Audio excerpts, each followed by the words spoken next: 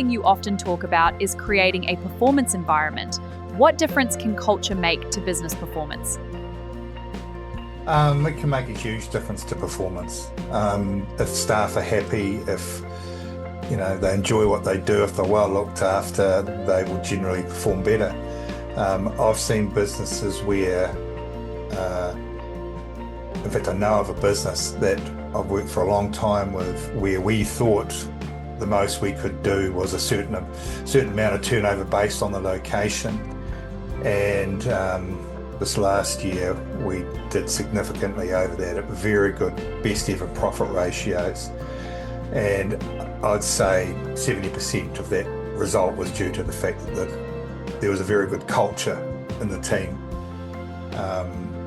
They worked very hard, they were very efficient, the team have been pretty settled for a long time, they're well looked after, they're paid fairly, there's a bonus system in place, and they were screened properly right at the beginning. So good culture can make a significant difference.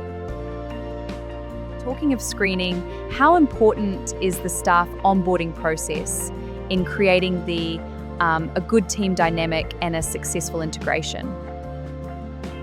Oh, it's really important. In fact, it's one of those areas that businesses often get wrong, especially when they're under a lot of staffing pressure and they're desperately maybe needing new staff. But inevitably, if they don't do this right, it'll come back to bite them in the butt. You're a lot better off being patient, finding the right people, making sure you do the correct checks, and having a really good process to do all that. So you end up with the people that will fit in, that will be the right people for the right job. So it shouldn't be a process that's rushed. It should be a process that's done properly. And when it comes to staff loyalty, Phil, what are the things that business owners should realistically expect, and what should they stop expecting? How do you define loyalty? I mean, I've seen business owners get really upset when they've had somebody that's been with the business for a long time, and they decide to leave, and they almost get a little bit bitter about it.